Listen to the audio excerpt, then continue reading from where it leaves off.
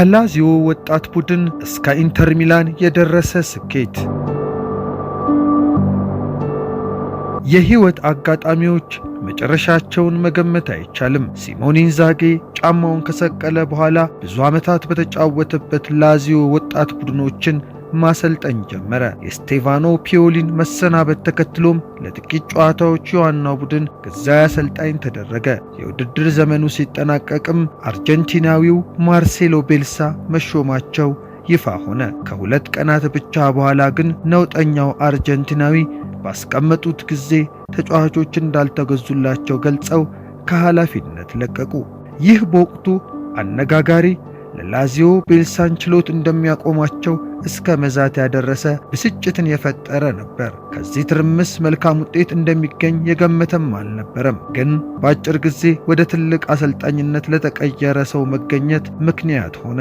ለውሃ ሰማያዎቹ ምርጫው አንድ ብቻ ነበር። ከነዛ ጥቂት ጨዋታዎች ውጪ ዋና ቡድንን አሰልጥኖ የማያውቀው ኢንዛጌን በቋሚነት መሾም። የቀድሞ ተጫዋቾቻቸውም አላሳፈራቸውም። በሊጉ በአምስተኝነት ያጠናቀቁበትና ለጣሊያን ዋንጫ ፍጻሜ የደረሱበትን ጥሩ የውድድር ዘመን ተከትሎም ውሉን አራዘሙለት። ጣሊያናዊው በቀጣዮቹ የውድድር ዘመናትም ቡድኑን ለጣሊያን ዋንጫና ሱፐር ኮፓ ክብሮች አበቃ። ከ14 ዓመት በኋላ ለቻምፒዮንስ ሊግ እንዲያልፉም አደረጋቸው። ያልታሰበው ስኬቱ ኢንዛጌን ለትልልቅ ኃላፊነቶች አሳጭቶት ወደ ኢንተር ሚላን አመራ።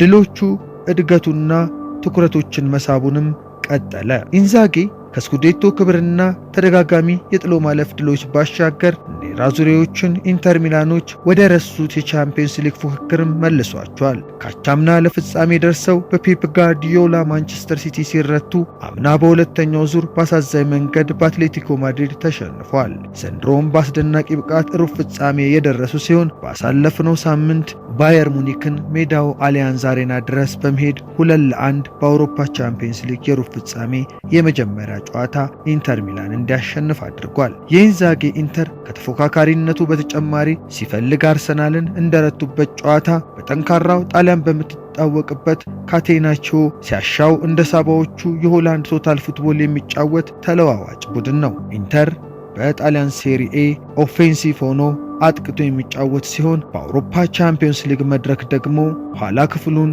እንዳይደፈር በሚገባ እየተከላከለ በመልሶ ማጥቃት የሚያጠቃ ቡድን እንደሆነ ተመልክተናል።